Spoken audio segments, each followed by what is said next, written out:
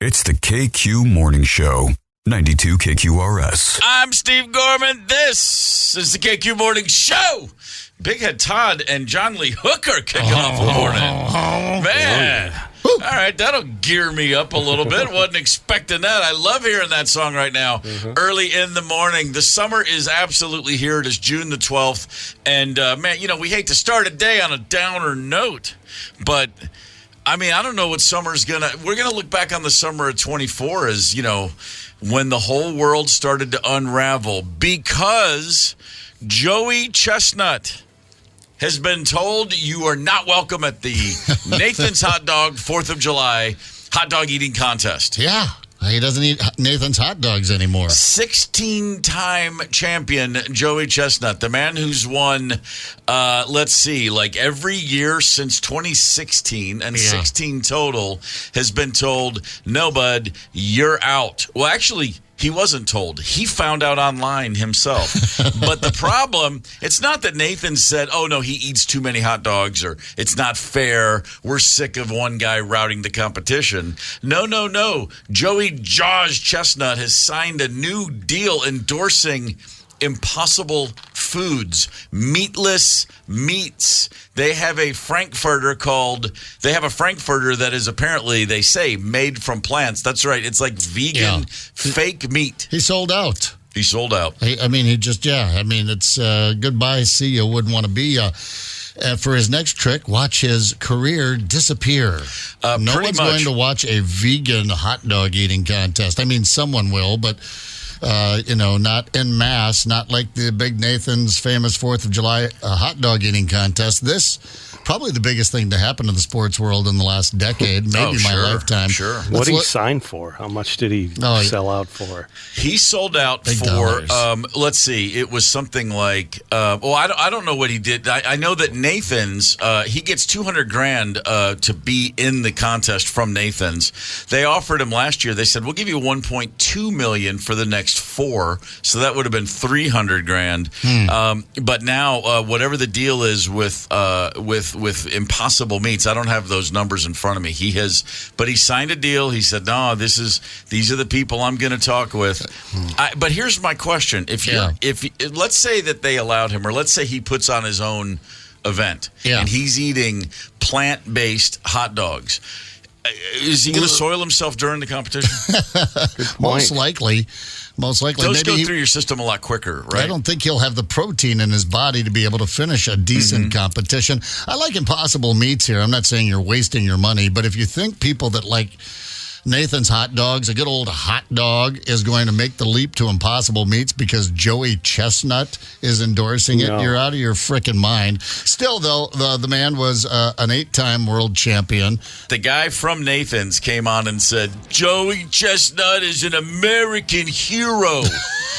We would love nothing more than to have him at Nathan's Famous. We hope he returns when he's not representing a rival brand. An American hero. Yeah.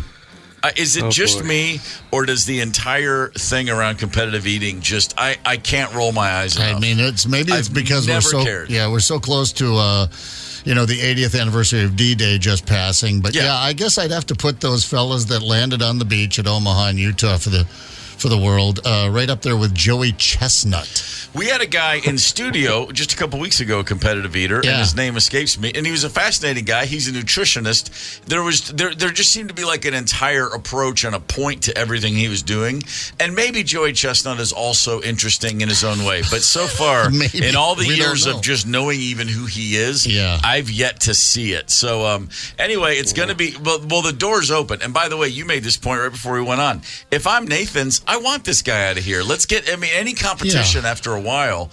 Yes, dynasties are good for sports, but this isn't a sport. This is a sideshow trick. This is a freak tent situation. Right. Get me more free. If it's going to happen, if I'm going to turn on the TV at the 4th of July and watch this, I'd like to see some new freaks. Yeah, some new young rogues. Yeah, I mean, because he just, had dominated it. But with Kobayashi out now and Chestnut out, the door is wide open. Yeah. Wait a minute. Oh, yeah. Do we have a Minnesotan? Is there someone listening this morning that could possibly compete in this and do us proud, represent our state?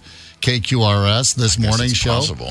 But yeah, maybe our guest. But yeah, let's see some new blood. I might, I wouldn't say I ever watched it. I was in front of the television a couple of times when it came on and went, look at him go. But maybe I'll take a peek. Who knows? Who knows? It happens. You ever have that moment when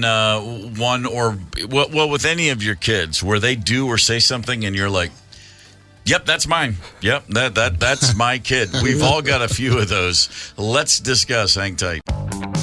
Connect with us on the KQ Talk and Text line. 651-989-ROCK. That's 651-989-ROCK. 92 KQRS. I'm Steve Gorman. This is the KQ Morning Show. It is June the 12th. Father's Day is this Sunday. And we've all had moments, if you are a father or a mom, where, your kid does or says something, and then you go, yeah, that's my kid. Yeah. Okay, sure. I noticed at some point, when I walk, I have a gait. I've had people kind of make fun of the way I move at certain times. Just I have a clunky walk or something. Like when I was in high school, someone told me, he goes, when you play basketball, he goes, you're like if Kevin McHale was just a guard. And if you think about Kevin McHale hitting zone, playing for the Celtics, not the most graceful of basketball players. No. Kind of clunky. He was like, you're like Lurch playing, down in the paint, right. But you're not 7 feet, so it's kind of funny to see you look like that. And I was always like, oh, well, okay, I guess I can deal with it. When my son got to 8th or 9th grade, I started noticing oh my God, he runs like me. I mean, he gets the job done. He was a really good basketball player. Yeah. But there were moments. But then I really thought to myself once, watching him glare at a referee, and then when the ref came over to say, do we have a problem? He immediately turned on the charm, shook the guy's hand, and then when the ref turned his back, he flipped him off. I was like, yeah, that's my boy. That's him right there. Nice. That's me. The slow foot speed and the anger, charm, and then dismissal all in one fell swoop. I was like, damn, that's pure Gorman right there. There it is. That's the guy. That's your legacy. That's him. Your prodigy. Well, these things happen. My daughter, Marley, who, by the way, will be on the show today at about 8:50. Great. If memory serves. For a little FAT result, a fatherly aptitude test. Marley is a lot like me. Very dry, understated. Our sense of humor is very similar. And like her dad, when he's not talking on the radio, she cusses like a sailor. Oh. And always did. But here's the thing. My wife and I didn't cuss in the house growing up. We kept it away from our kids, and it was it's like being on the radio. It's an easy switch for me to flip. So I just didn't cuss around them, not because I thought it was horrible or whatever. I don't think cussing children is cute. I don't think children who walk around like meh, meh. If they have an Irish accent, it's adorable. If they sound like they're from Tennessee, it's like no, that's not good. But Marley, the funniest thing to me was my daughter leaving me a voicemail. There was a phone in the hallway at her school when they were little, in case you got to call mom or dad or whatever in between classes. Sure. I got a voicemail one day and it was like, hey, Dad, so after school today, I know we had a plan and we were going to – wait, hold on. And then I hear another little girl come up and start talking to her. And then Marley's voice goes, oh, S word, oh, F word, into my voice. But she doesn't realize she's still leaving a message. And she's like, oh, fudge. And it just is on the voicemail. And then she's like, Dad, you know what? Never mind. We'll just do what we already planned, and hangs up. And I listened to that voicemail. I sat there and laughed for 10 minutes, and I was like, that's my girl. Yeah. That's her right there. And then, of course, that night at the dinner table, I played it for everyone to listen to. And when she started cussing in her own, lost in thought, the look on her face, man, it was gold. Yeah, great dad moment. Tony, your kids take after you? Are there moments when you're just like, there's no question about the paternity of these young lads? I was delighted to see them develop a similar odd sense of humor. With that surfaces. Sure. There was they were in the dentist one time, and they're always giving each other dares, which I love, just ridiculous dares to entertain each other. And they go into the dentist, and the hygienist, whatever, is like, okay, and what's your name? And August just looked up, and he goes, They call me Herman the Frog. And he said that just to make his brother laugh and just to do something absolutely ridiculous like that. That's great stuff. Wait till they start calling businesses and saying, I'm naked and I'm thinking of you. Oh, my God. Yeah, no kidding. We've got that on tape at least. Ryder. Yeah. What you said there was a moment with your dad. Oh, absolutely. Well, there's a bunch of moments with my dad. We're a lot alike. But the one that really sticks out was so the beginning of the story is my dad's dad passed away like in the 70s and stuff like that. Fast forward a few decades later, we're finishing the basement in Lakeville. He's hanging drywall, and I'm in about 4th grade, and I'm doing the tape up because he thought that would be a really, really good activity, very important skill for your kids to learn is how to tape drywall. Hell yeah. And I'm concentrating super hard, and as I'm doing it, I'm sticking my tongue out of my mouth. Biting on my tongue, and he looks over at me, and this is when he knew like the genes were definitely from our lineage. He says, your grandpa used to do that every time he was fixing something, and then I'd tease him. I'd say, man, you're gonna bite that tongue off, and then he'd get real irritated. And I got irritated when he said it to me too. So sure, I'm glad you didn't bite your tongue off or become a drywaller. You, your granddad, and Michael Jordan. Yeah, absolutely. When working hard, the tongue is hanging out. Yeah. I called home from tour once. I've told this story before, but this was an absolute only my kid would have this moment. I'm talking to Connell. He's probably 7, and I'm in Los Angeles. He's in Nashville. I call to say goodnight, as I did most nights from tour. And Rosemary said, he's having a hard day. I think he really misses you. And he gets on the phone, and he's like, hey, Dad. I'm like, Bud, what's going on? He's like, no, I'm just not. I'm sad. And I said, honey, I got 4 more nights, and then I'm home. You got 4 more sleeps, and I will be there. And he goes, yeah, it's not that. And I go, it's not that. What's wrong? And he goes, well, I was just thinking. And I said, Bud, what is it? Just say it. Just get it out. And as he says this, he bursts into tears, like the floodgate opens, and he goes, I just wish you were in AC/DC.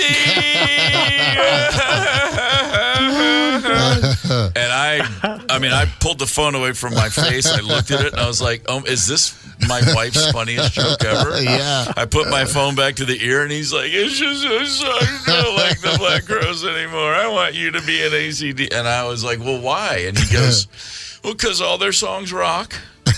Oh my God. He was old enough where he was getting really bored at like Crowes gigs. We'd be jamming, and he would be like, I'm going back to the dressing room for more M&Ms. And then he goes, all their songs rock, and they play like arenas and stadiums, and we'd probably have our own bus. And I literally went, Bud, I wish I was an AC/DC too. Yeah, it's definitely my kid. Right on. I'm glad we're in agreement that it would be way better at all times to be an AC/DC. Well, I don't think we wish that on the show, but it would be just a hair cooler if you had been one of the original members of AC/DC. Let me tell you something, for man. us. That'd be. I mean, I would have been 4 when they first started playing gigs or something, but that would have been fine. Yeah. That reminds me, we had a bus driver once, and he looked at me in a drunken stupor and said, I wish you'd been with me in Nam. Dead serious. What? And I wish you'd been with me in Nam. Right. And I said, well, I would have been 3. I don't think it would have been much help. And then as I said that, I was like, God, I'm an asshole. Probably. Maybe he could have sold you for, I don't know, something. Heroin. Carried stuff. That's a dark turn. It's great. I don't know. What would you do with a 3-year-old in Nam? That's the thing that will occur to me like tonight when I'm asleep. I'll wake up and go, oh my God, Zepp talked about selling me for heroin when I was 3. Mike Evans, Hollywood Report, coming up. Hang tight. Connect with us on the KQ Talk and Text line. 651-989-ROCK. That's 651-989-ROCK. 92 KQRS. I'm Steve Gorman. This is the KQ Morning Show, and it is time for the Mike Evans Hollywood Report. Hey, good morning, Steve and Zap and Tony. Good morning, everybody. Where were you yesterday? Were you at Marcus Theaters? Every Tuesday, $6 to see any movie only at Marcus Theaters. Now, if you missed it yesterday, they do it every Tuesday. Only at Marcus Theaters. They are the best. Hey, I predicted this over a year ago, and voila, it's coming true. Prince Harry apparently had enough of Meghan Markle, and Hollywood has apparently had enough of Meghan Markle as well. Some of her so-called close friends are now avoiding her, including Serena Williams, Katy Perry, Orlando Bloom, and even Oprah. But here's the biggie, folks. Prince Harry has quietly had a realtor in England looking for a permanent home for him. For him. And I can say no more. Kevin Spacey, news. Spacey says that he's broke, he's homeless, he's facing bankruptcy, and he's worried that he may be hit with more legal problems. Kevin Spacey is also talking in detail about flights with Jeffrey Epstein and Bill Clinton and young girls to Epstein's sex island. See how high the mighty can fall. Here is a weird Los Angeles nugget. Many Angelinos eat and drive, including some celebrities. Steve Carell, Britney Spears, Will Ferrell all admit that they eat and drive, and there's even a cottage industry of products to make it easier to eat in your car. In Los Angeles, they sell things like French fry holders, dipping sauce clips, dining trays that lock onto your steering wheel, and even mini refrigerators for the back seat. It's also estimated that many accidents every year are caused by drivers dining while driving. Only in Los Crapulous Sewer by the Sea. Sports shorts. You have all heard about Caitlin Clark, the biggest name in the history of women's basketball, not being added to the U.S. Olympic women's basketball team. But now I have some exclusive scoop. Up to 70% of the TV advertisers who had agreed to sponsor the NBC coverage of the Women's Olympic Games have pulled out after hearing that Caitlin Clark's not going to be on the team. Most of them agreeing without Caitlin Clark, nobody's going to be watching the Women's Olympic basketball games. And overall, advertising for the Olympics is way down. As my old buddy Howard Cosell would say, who goofed? I've got to know. That is easy. That would be the Olympic Women's Basketball Selection Committee. But here's a prediction. I think there's a good chance that Caitlin Clark could be added at the last minute. Stay tuned. Hey, have a great day. We'll do it again tomorrow. Mike Evans said. There's the Mike Evans Hollywood Report. Tuesday. It's Tuesday. There it is. And here comes a history lesson. On June the 12th, 2006, which is amazingly almost 20 years ago. My math tells me that's 18 years. This day, Brian Zepp remembers very clearly because Big Ben Roethlisberger crashed his motorcycle. Whoopsie. Oops. He was riding on his Suzuki Hayabusa. Is that how you say that? Yeah, that's pretty close. I've always struggled with that one myself. Hayabusa. Yeah, something like that. He ran into a vehicle that apparently had not properly yielded to Ben, but on impact, thrown onto the pavement. But went to a local hospital, and Steeler fans started lining up outside the hospital. Some brought grills and tents. It was a tailgate party. Good God. There were fears that he might be done. Fractured jaw, concussion, and a few broken teeth. Or as Terry Bradshaw said, any game I ever played in. Yeah, right. So exactly, right. Ben had a pretty bad season in the follow-up, also because there was an appendectomy that happened right before the opener for the year. That's okay. They went 8-8, missed the postseason. 2 years later, won another ring. That's just Ben being Ben. It's the KQ Morning Show, 92 KQRS. Zep, Tony, and Steve Gorman are the KQ Morning Show. 92 KQRS. I'm Steve Gorman. This is the KQ Morning Show for Wednesday, June the 12th. Hey, listen up. KQ's Karaoke Cruise is back June 21st on Paddleford Riverboats. 2 karaoke stages, drinks with the KQ crew. Hey, that's us. And free food from Lucky's 13 Pub. Tickets are on sale at 92KQRS.com. Sponsored by Alexander Exteriors and Dennis Kirk. The karaoke cruise will be a blast. And if you get up there and suck, If you are the worst karaoke performer on the whole boat, you know what? You still just get to go home and have a good time and laugh maybe about it. Yeah. There's no punishment, is my point. Why are you looking at me? We're not. When you say that. Well, you're across the table. You know, you're there. No, my point is this. Even if you come in last place, not that there's a vote for last place, but if you leave, the shame is yours, but that's all there is. There's not going to be an additional punishment. Like, say if you lost your fantasy football league. A woman in North Carolina, follow me here, was just fired from her job. She's a server at a very upscale restaurant in Charlotte, North Carolina. Very nice place. And what she did that violated the terms of her employment was she posted a TikTok video while on the job of a customer. That's not cool, right? Yeah, okay. But here's what the customer was doing. He was seated at a table, ordering a meal, dining with a blow-up sex doll. That's a cheap date. Yeah. And the server was like, I know I'm not supposed to do this, but come on, you got to be kidding me. Oh, yeah. She was fired for breaking the rules. So now... Why, you may be asking. Okay, we know why she got fired. Yeah, that happened. Rules is rules. She did it. But let's get back to the subject of her TikTok. Yeah. A dude at an upscale restaurant seated across the table from a blow-up sex doll. That's right. He lost his fantasy football league. Ah, yes. And as many fantasy football leagues have, loser leaves town. Or in this case, loser has to do something entirely humiliating. Oh, yeah. So he has to go to an upscale restaurant, the fancy restaurant, with a blow-up doll. I mean, that's... And you're by yourself. And you know... Okay, yeah. You know you're going to get the ridicule and the stares and the condemnation.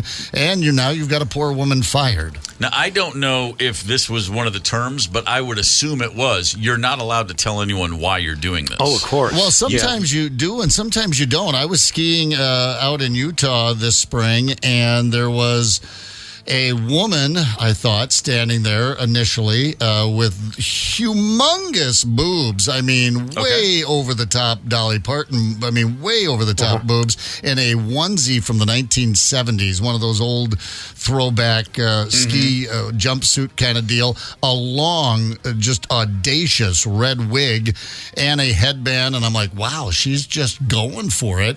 As I approach and get a little closer, I see a sign pinned on the back of the jumpsuit says, I lost my fantasy football league. And the guy is skiing all day like that. So then we all have a good laugh, and he's taking a good ribbing. That's good. But that one did have a sign, but this guy did not. He couldn't tell anyone. I don't know. I'm assuming, or I'm hoping, I should say, because I'm surprised they didn't kick him out. I've never been in a fantasy football league, so I've not done this, but I have plenty of friends who have, and I've heard plenty of stories about what you have to then go through. And one of the things that people say is, but here's the thing, you can't explain it. You just have to do it. So I'm hoping this guy walks into this restaurant, seats the doll down, and then just orders the meal, eats the whole meal, gets up, pays, and leaves. Yeah, did he have to order something for her as well, a plate in front of her? Well, it is a date, Tony. Have you been on a date? Did he have to feed her? You know, maybe the kielbasa. Well, that mouth is open. The mouth is wide open. She looks starving. They can't sit very well. No. They don't get that sitting position. If any great loser prizes, if you will, or loser punishments, feel free to hit us on the talk and text line 651-989-ROCK. We know you've got a few out there. I'm looking at a few great ones. Just the straight up the loser tattoo. A tattoo on your body that says "I lost my league," or simply "the loser." What if you lose the league again? Do you just get like a 2 behind that? Or an underline, or they do a little circle around it or something. This could get tough, but there are times in my life when this wouldn't have been a problem. One league loser had to spend 24 hours without leaving a Waffle House. There was a time in my life when I would have been like, sure, that's okay. Bring it on. Yeah, settle in. I'll scatter, smother, and cover myself for 24 hours with a smile on my face. Here's one. A guy in New York last in his fantasy football league. This was last year. As a punishment, his friends wrapped his Toyota Corolla to make the whole thing pink. And there he is with his phone number and the phrase, I'm a loser on the side. Typical rules, the winner wins a bunch of cash and a trophy, and the loser gets punished. And this year, this was my punishment. I only won 2 games. I didn't really watch any football this year, so that's kind of how it goes. Pretty much botched it as worse as I possibly could. So how's it been since you got the car back? It's been horrible. I went to the mall the other day, and when I came back out, my car was surrounded by 20 people. I feel like a little bit that justice has been served for my effort that I put into the league this year. I just wish it was over. Yeah, there you go. Here's a great punishment. Perform stand-up comedy at an open mic. Oh, my God. Now, if that's you or me or Tony or Ryder or anybody that talks on a mic, even it's not the same. Radio's one thing. Right. We're in a room. Right. Our audience isn't right in front of us. But that said, we're comfortable speaking. It would be daunting but doable. Yeah. I know people that could not possibly do that. Right. I mean, like, they would literally look at you and go, I'll give you $10,000. Don't make me go to an open mic and try to do comedy. Oh, my God. That would be the result for the audience, I'm sure, would be like the worst 4 minutes of their life. But for the person standing there with the mic, absolutely the never the same person coming out of that experience. That's like seriously traumatizing for a lot of folks. Tony, do we have a caller? Yeah, let's hear from Giorgio from Minneapolis. Giorgio, good morning. Giorgio. Yeah. What do you got, brother? Hey, wonderful day today. Say you guys are talking about things that losers have to do, and we had a friend that lost a bet, and we made him dress up as a Egyptian pharaoh with all the headdresses and multiple layers of garments that he had to take off when going through airport security. I didn't know where that one was going. The flying pharaoh. King Tut. Yeah, I mean, it pissed off a lot of people behind him. But, it did. It was good for a laugh from the rest of us. Man, that's Giorgio. That is awesome. I've never thought about putting someone through the TSA line like that. That's great. Thank you. That's a good one. Can you imagine? Can you imagine being... I'm glad that I wasn't behind him. I went through first and then watched him struggle as he took off all these layers. Yeah. Wonderful. Oh, that's incredible. And everything. That is incredible. Brother, thank you for that call. Can you imagine being in line behind that guy and you're thinking, as we almost always are, okay, as long as there's no problem, I should be fine. I might even have time to take a leak. But, you're when I'm in TSA line, I am looking at, it's down to the minute. I'm judging everything and constantly planning for worst case scenario. It would never in a billion years occur to me that I'd be behind somebody who lost a bet with just that meant layers and layers of clothing and jewelry and headdresses. Nice surprise. Oh, my God. I mean, you know how when you're waiting, the guy says, okay, go ahead, and you're looking at the 3 lines at TSA, and your first thought is, okay, where are the strollers? Don't want to get behind them. Yeah. Where's the baby bags? You don't want to be behind those people. And then sometimes you're like, yeah, but then that's just a bunch of college kids, and they already look stoned, and they all have backpacks. Don't want to be behind them. You're constantly, your internal algorithm is constantly thinking, the pharaoh. I mean, my God, I would lose. My head might just fall off my body. Oh, my God, that's incredible. Yeah, that's fantastic. Absolutely the best. How about this one? Serve 24 hours as a butler for the day for the Fantasy League winner. Assuming that person has a sense of humor, that could get pretty harsh. Oh, yeah. We'd have put them through hell for sure. Spend 24 hours in a cage. No idea on what the size of this cage is. Yeah, wow. But again, that's just what they just give me a pillow and see you later, man. I'll talk to you tomorrow. Yeah, right. This is, wow. How about this? So you have to perform stand-up comedy at an open mic was on the list. Here's another one. Karaoke at a local club, but not just karaoke, 60 minutes of karaoke at a local club. I guess that's over the course of a night. You can't just knock out 12 straight songs. Right, but, you'd be beaten. But you have to be on stage for an hour over a night. That's pretty great. Right. Yeah, I guess I'm now recognizing, like, oh, yeah, this is why I never played fantasy football in the league. Didn't want to have to deal with one of these. I think that waffle guy kind of kicked it all off. After that, then it was no holds barred. I don't know that I've come in last in a fantasy football league, but we just had things like you had to pay an extra $100. Like if you came in dead last, sure. Then you had to pony up an extra $100 to the winner at the end of the season, which always hurt a little bit. Wasn't something I had to do, but this is pretty good. These are great. And again, it's definitely keeping me from thinking, I got to get on one of these years. That's not going to happen. Yeah. This just in from a gentleman. This is a story from California. A 39-year-old had a party for his birthday. 39, not 9, and just hang on. 39 years old, has a party. Has a bit of a temper tantrum at some point during the party. Oh. He'd been drinking a good bit, and he caused a scene there. So a lot of people started leaving. It's his party. It's his 39, place. Dude. 39. He starts causing a scene. His family members start to leave, as do some friends. And as they're filtering out, this man named Justin Jennings gets a little annoyed. He can't believe people are leaving his party. So he grabs a rifle, and he unloads a full magazine inside the house. Whoa, dude. You're an idiot. Doesn't hit anybody, but unloads throughout the house. Yeah, when I say the word hooplehead, this is who I'm talking about. Everyone else leaves, so now he's alone in the house. Yeah. Okay? Yeah. One of the people on the way out, as one would do, calls 911. Says, hey, guy, we're at a party, guy lost his mind.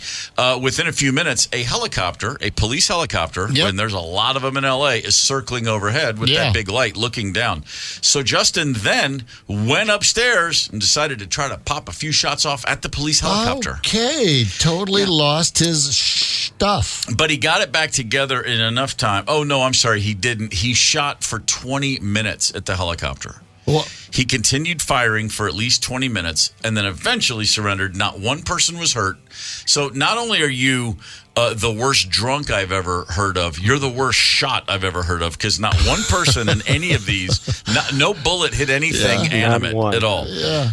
He's facing charges for, by the way, federal charges, attempting to damage, destroy, or disable an aircraft. Oops. Not only an aircraft, but a police helicopter. He's going to be spending his next birthday in jail. His next 20, possibly 20 years in federal prison, right there on the table. If he has a record, it's only going to get worse. But you're 39, dude, not 21. This isn't the one where everybody tells you do 21 shots and then you just lost your mind and went over the top. You're 39, and a complete psychotic break, or just why are they throwing a birthday party for an asshole? Not mutually exclusive. Right. I think it could be both. Right. My wife and children, we moved to Los Angeles in 2002. We were there for about 2.5 years. Great. Living there is wholly different than being there. Yeah. A way better experience if you're actually there full time than getting there for a few days and spending the whole time in your car because you don't know where to go or what to do and you get screwed. But once you're there, it's pretty great. First night in our house. First night in the new house in Los Angeles, 3 a.m., our entire home and backyard is awash in light as a police helicopter is what sounds to be 16 feet over our roof with all the floodlights on. Yeah. There was a guy on foot running from the police in my neighborhood, jumping over fences, and they were just combing. And that helicopter, I mean, we're just sound asleep, and then louder and louder, the loudest thing you've ever heard.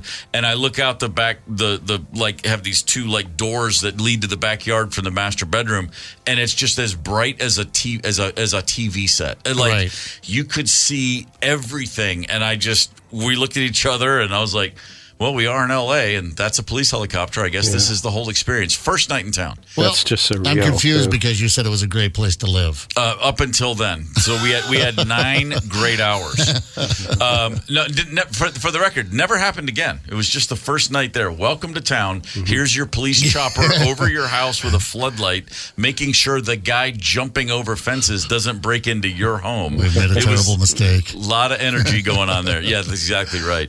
But at least in the next 2.5 years, that did not happen again. Also, didn't rain the whole time we were there. So, we had that going for us, too. Yeah, they panic when it rains there. It never rains in Southern California. The worst driving. Will warn you. The worst driving I've ever seen is not people in the snow. It's Angelinos in the rain. I'm not kidding. They lose. They freak out. Their stinking minds. And then here comes the mudslides. Pretty crazy. They've got it all the good and all the bad for sure. Connect with us on the KQ Talk and Text line. 651-989-ROCK. That's 651-989-ROCK. 92 KQRS. I'm Steve Gorman. This is the KQ Morning Show. It is Wednesday, June the 12th. Good morning. On June the 20th at the State Theater, Celeste Barber will be appearing. She's a very, very funny woman, and we have got tickets, thanks to our friends at Live Nation, that we would love to give away. But we don't just give them away. You got to work for tickets around here. We've got 2 callers locked and loaded on hold, ready to compete. Tony, today's test of skill and or strength is what, sir? Hey, it ain't easy. You're right. You got to earn it. We're going to do this. Dada Day is on the way. So what we're going to do is give you the name and or names of the kids, and you tell us who's the daddy, who's the famous dada. Wow. Strong. I like it. Speaking of dads, I just noticed that I think Amazon Prime now has all of the Brady Bunch up. All episodes? Yeah. Ah, damn. All right. I'm in. Maybe that's just me. You say dad, and my thoughts immediately race to Mike Brady. Sure. These things happen. What happened to his first wife? Dead. There was a rumor that he killed her. Yeah. He was never convicted. That makes sense. Yeah. Mm-hmm. Just and as long as you're talking about California people killing people, on Netflix. By the way, a couple years late, but my wife and I just started watching the Night Stalker. Kolchak. Kolchak. Oh no. Night Stalker. The serial killer. Richard Ramirez. Oh, of course. Yes. There's a 4-part documentary on Netflix about him. Yeah. I somehow missed out on that guy's whole thing. It is phenomenal and horrifying. Just everything I don't need to see in a day, I'm watching it like, oh my God, I can't stop watching. Kind of a fun ending, though. I can't wait. I got 1 episode to go. Yep. I understand that there's circus peanuts involved or something like that. No, I'm just, when you watch it, you'll say, I understand why Zepp said that. Okay, fair enough. Cool. I look forward to that. But not as much as I look forward to playing Who's Your Daddy right now. So, Tony, who is caller number 1? Fine resident of South St. Paul. Let's say hi to Jimmy. Jimmy, good morning. Good morning. South St. Paul, how's your day so far, brother? Super good, but improving now that I'm on with you. We would say the same. Good to have you. All right, Tony's going to lead you down the road here. Good luck to you, sir. It's time to play Who's Your Daddy? All right, James, we're going to give you the kiddos, and you tell us who's the famous papa. First one up is Miley Cyrus. Is it A, Billy Bob Thornton, B, Billy Ray Cyrus, or C, Billy White Shoes Johnson? B, final answer. Very good. No kidding. Final answer. That's weird. They had the same surname. Yeah, started off kind of easy. By the way, just saw a picture of Billy Ray Cyrus yesterday for the first time in a long time. How's he looking? More work than his dear friend Dolly Parton has had, I can tell you that. A little squinty. Yeah. And was he an actor or what? Achy breaky heart, you know. What? By the way, I never saw that. Married a woman 7 months ago. They've now announced their imminent divorce. She's, I think, less than half his age, and he somehow looks younger than she does. Wow. So wherever he's getting his work done, they know what they're doing. Yeah. I think there was sandpaper involved. Anyway, moving on. Jimmy, good job. 1 for 1. Number 2 is Bronny James. Is Pops A, LeBron James, B, Kevin James, or C, Ronnie James Dio? What's the name again? Bronny James. Bronny James. Bronny James. Bronny James with a B. Bronny. Oh. Let's do the A. Correct. I was hoping it was Brawny James, like the paper towel guy. Total guess. Yes, Bronny. 2 for 2, Jimmy. Number 3, Emilio Estevez and Charlie Sheen are the kids of A, Martin Lawrence, B, Martin Sheen, or C, Martin Short. B, final answer. Very good. And your last one, John David Washington. Is his dad Chuckles Washington, B, Denzel Washington, or C, Freddie Boom Boom Washington? Total guess, but I'll say B. You are correct. John David Washington, if you remember him from HBO's With the Rock and Ballers, where he kind of looked like James Harden. Okay. But he's been in movies and TV. Jimmy, 4 for 4. Well played, sir. Mm-hmm. Thank you. You got it. Thank you. All right, sit tight, Jimmy. We're going to go to contestant number 2. Jimmy. Tony, who we got? Number 2 is our friend Brian from Spring Lake Park. Brian, good morning. Hey, good morning. Everything okay in Spring Lake Park so far today? I don't know. I'm up at the cabin, so. Oh wow, I like that. I hope so. Yeah, I'm sure the cabin is doing just fine. Well, we're going to play a game called Who's Your Daddy for Celeste Barber tickets. Good luck, sir. Okay. All right, Brian, you're first up. The kids are Suri, Isabella, and Connor. They are the offspring of A, Huey Lewis, B, Tom Cruise, or C, Pablo Cruz. Could you repeat the first or the names of the kids? Sure. Suri, Isabella, and Connor. No last name? That would make it a little easier, but nope. Huey Lewis, Tom Cruise, or Pablo Cruz? Who's the daddy-o? What's the first one again? Huey Lewis, Tom Cruise, or Pablo Cruz? Take a shot. I'm going to go with Tom Cruise. Well, you did correct. Man. Good shot there. I hope you knew that all the time. Opening up Nice. Brian with a trigonometry problem there. No surname? Don't ever Jeez. hesitate again, Brian. Trust yourself. Trust your instinct. You're Good one. a wise man. Number 2 is Ziggy. Is Dad Seth Rogen, B, Frank Zappa, or C, Bob Marley? C, Bob Marley. Sir. Yes, Mom. Number 3, Amy, Kelly, and Jack are the kids of A, Ozzy Osbourne, B, Nas Reed, or C, Frank Vassalero. Ozzy Osbourne. There you Yes, go. There you go. And your last one's North, Saint, Chicago, and Psalm. Is Dad Kanye West, Adam West, or Ryan Seacrest? Or all streets I've been arrested on. A.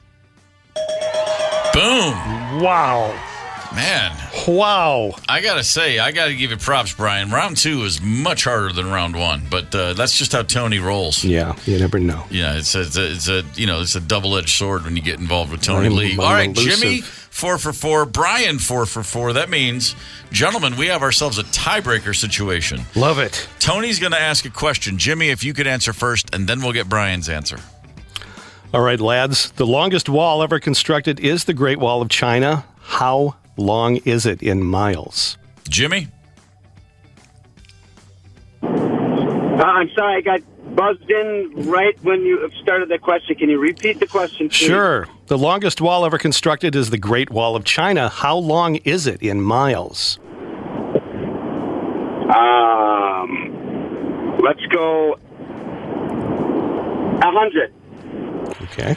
All right, Brian. Brian, what's your answer? I didn't catch his answer. He said 100,000. 100 miles? Yes, 100 miles. I'm going to say 547. 547 miles. I like that answer. What do we got, Tony? Wow, the correct answer is actually 13,000 miles. Yeah, it's long. Yeah. Yeah, she's a big one. Man, so in all things, Brian nipped out Jimmy in that one. So, Brian, you're the winner, sir. You've got Celeste Barber tickets for June 20th at the State Theater. Congratulations. I thank you very much. You got it. Appreciative. Yeah, that's great. Thanks for playing, man. Well done. 13,000 miles. You can see it from space. Yeah. So what is it across the United States? 2,500, something like that? If you go Miami to Seattle, it's 3,500 maybe. As the crow flies. Oh, yeah. As the So crow if you do it flies, diagonally, not even 3,000. I was thinking New York to L.A. maybe. But Sure. Not even 3,000. You could stretch it over 3,000 somewhere, but 13,000 miles. You could go New York to China. Yeah, that's right. Just include the Pacific Ocean in there and hit mainland China. Yeah, she's a big one there, you know. Yeah, that's a society that's not in a hurry back in those days, and did not stop the invading horde. Just be like, really? We put up a 13,000 mile. All right, didn't work. They just ramped. All right, taller ladders. Son of a. Didn't see it coming. Yeah, that's pretty rough. All that mileage and not nearly enough height. Kept the cows in. That's exactly right. Kept the cows in. Earlier on the show, we were talking about moments when you definitely realized your kid is yours. Like, oh, yeah, that's my kid. On the Facebook page, Kari wrote, when we went to vacation on L.A., my daughter was listening to Led Zeppelin at age 10.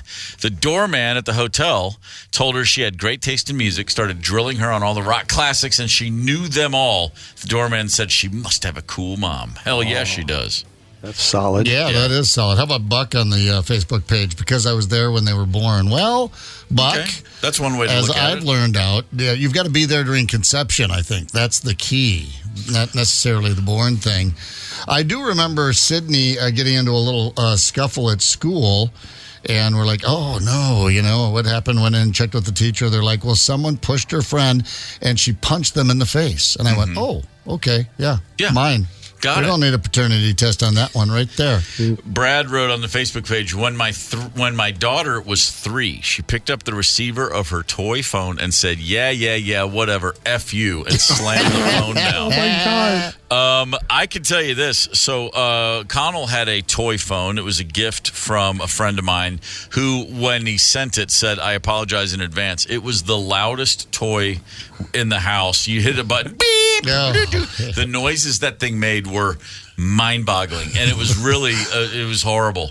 But he loved that damn phone, and when he got it before he could walk, but as soon as he was walking, he held that phone to his ear to walk, because I pace when I'm on my phone. He saw me with the phone. And at the time, it was cell phone or still the portable phone, the landline. But I just walk back and forth when I'm talking to people. And he was 16 months old, holding his toy phone, walking around hitting the buttons. And I was like, wow, they really are paying attention. Yeah, that's my kid. And then the Titans lost, and he whipped it right into the wall. That's exactly right, except, that was me. My bad. Oops. How about Pam here? In kindergarten, my daughter was asked what we use our ears for. She said to wear pretty earrings. Yep, she's mine. Yeah, that'll do it. That'll do it. Man, that's the Connell was holding that phone. This is one of the all-time great Father's Day moments for me. It wasn't on Father's Day, but just as a young dad. I am on the road. This is post 9/11 New York City, like late September, early October of 2001, a very tense time, as you might imagine, in New York City.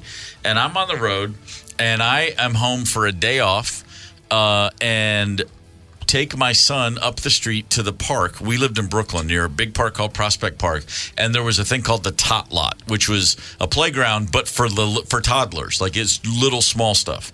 And he and I go over there, and I'm just giving Rosemary a break because she's been on her own. She was alone with a toddler on 9/11. I was gone, and it's been a really rough few weeks. And we had it easy comparatively, and we're still stressed, and it's just a really hard time. I said, babe, just chill, take a nap, do whatever you got to do, take a long shower, whatever. I'll take him to the playground. She's like, oh, my God, thanks. I brought him back, and he had broken his leg. Thank you. So left him with Dad for a few minutes. He was just running, like just trotting, and a tennis ball that someone else had dropped rolled under his foot in perfect stride, and it caused the foot to roll forward. Yeah. But the plant leg, not the one that hit the tennis ball, twisted as he fell backwards. So he fell back and was immediately crying. It happened right next to me, all in a blink of an eye. I pick him up, and he's holding his head, and I'm like, oh, you bumped your head. And he's like, ah. And I'm like, oh, and I'm holding him, and I comfort him, and I get his head okay. And then by the time we get to the apartment, actually, he was fine. He seemed like he was totally good. I said, man, he fell, told her what happened. And then I go to put him in his crib, and when I place him in his crib, he's been walking for a couple months, he immediately just sits down. And then I said, what's going on, buddy? And I put him on the floor, and he falls. He can't stand up. And I'm like, I think something might be wrong with his leg. We have just enough time to get him to the pediatrician, just enough time to get an x-ray, just enough time for them to put a full cast on his leg from hip to ankle. Oh, poor kid. And for me to hand him back to Rosemary and go, well, got a gig in Atlantic City. See you in 3 nights. I literally hand her the boy and get into a car and leave to go back on tour. My gift to you. And seriously, and she's just looking at me like, I am going to absolutely. It was the worst. And I was like, I'm going to maybe make this up to you someday, somehow. I'm not sure. So we had a kid who had just learned to walk, then all of a sudden you can't walk because you have a cast. I couldn't throw in a dove cheese chocolate or something. Bet you brought her back the nicest ashtray from Atlantic City you could find. You have no idea how nice that ashtray was. And a shot glass. It was the size of a car. My bad.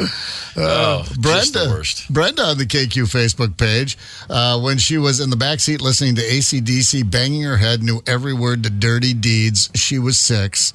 Proud mama moment. Well, that's based on a kid's television show, right? Beanie and Cecil or something like that. Mm-hmm. Dirty Deeds. Oh, it sure is. That's exactly right. Kids little Australian Saturday morning cartoon action. There you go. I've always said if I were writing songs about Saturday morning cartoons, there'd be quicksand, California condors. It'd all be about Johnny Quest. Yeah. Just, I'd have a faithful Indian companion and a dog named Bandit. Those would be my rock songs. I'd buy that album. It'd be fantastic. Hey, listen, speaking of people, you're on the road trip with the kids. They're listening to classic rock. You're having fun. We've all done this. And in fact, I have very specific memories of my kids once they were finally old enough to sit up front.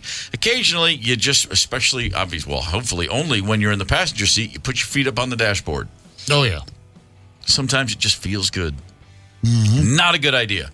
And if you're not sure as to why it's not a good idea, we'll explain why it's not a good idea in just a moment or two. Hang tight. It's the KQ Morning Show, 92 KQRS. Zep, Tony, and Steve Gorman are the KQ Morning Show. 92 KQRS. I'm Steve Gorman. This is the KQ Morning Show. Sunday is Father's Day, and voting is now open for KQ's Father of the Year. Check out the dads who made the cut at 92KQRS.com. KQ's Father of the Year will take home a brand new grill from Fratelloni's Hardware and Garden Stores. $500 for Dennis Kirk, sponsored by Dennis Kirk and Fratelloni's Hardware and Garden Stores. Sweet. Yeah. Okay, it's summer. A lot of road trips happening. A lot of time we're all going to be spending in the car. Yeah. If you're riding shotgun, ever think to yourself, I'm just going to stick my feet up on the dash? If you do, first things first, take your shoes off. I hate those footprints on the dash. Yeah, no, I don't. Worse. No, I've had the girls roll their eyes more than once. I'm like, just go ahead, barefoot. I don't mind some barefoot sweat up there for some reason, but not the scuffs. But don't need to scuff up the dash. However, there's another reason you might not even want to do it to begin with. Let's say you're driving along and someone's got their feet up on the dash, and all of a sudden you find yourself with a car accident. You rear end somebody, or you go off the side of the road, you hit a tree. A lot of things can happen. Steve, what's the worst that could happen if you have your feet up on the dash and you're in an accident? Well, I have a little audio to play that explains that very thing. This is fun, huh? If your feet are on the dashboard and the airbag deploys, it shoots out at over 200 miles per hour. This intense speed propels your feet and legs upwards and back towards your face and chest. Your legs slam into your upper body and can break your bones. And your knees can hit your head so hard that it can cause permanent damage to your brain. The force of this can also contort your pelvis and twist your spine. It just goes on and on. I like the sound effects. Yeah, in there, the mashing of the bones. Right. No, I mean, that sounds like one of those things that, Dad would be like, take your shoes off before you put your feet on the dash. Yeah. And then Mom quickly chimes in, don't put your feet on the dash. That's exactly right. For this very reason. Now, you can turn those airbags off on the passenger side, which you're not supposed to. If you have a small child over there. Yeah, right. You're not supposed to have that on there. But I guess the safe play is feet on the floor. I'm just picturing somebody, you see somebody and why does that kid wear a helmet all the time? Oh, his knee smashed his head so hard he got brain damage because he had his feet on the dash. I mean, I know. The spine crack, the knee so hard to your head. The video, that's like obviously it's a PSA. It's like a safety video, and it's animated, but it literally shows a guy's knees like knocking the teeth out of his own face. It's really gruesome. Blood spattering. Huh. Yeah, like the old driving instruction videos we used to get when we were kids. Alice's Adventure Through the Windshield, which I'm pretty sure I stole from The Simpsons. But yeah, that's what about if you just hang them out the window? I saw that the other day. Some young lady just had her feet, both legs, just hanging right out the window. Not straight out, but there where the mirror is. Angled. Kind of using the mirror as Is that why there's always like one shoe on the highway or the street? I think you're Probably. right. Yeah.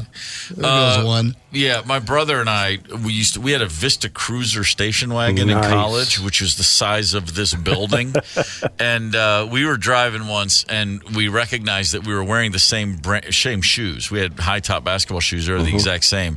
And he was driving. I was in the passenger seat. So I ducked down. He put his left foot out his window. I put my right foot out my window. And anybody that saw the car thought that he was driving with his legs completely splayed with the shoes out the window. And he was laughing because he goes, because he would honk and people would look and everybody was noticing. The double takes are pretty good. Well, that's just fun right there. That's just good old-fashioned fun.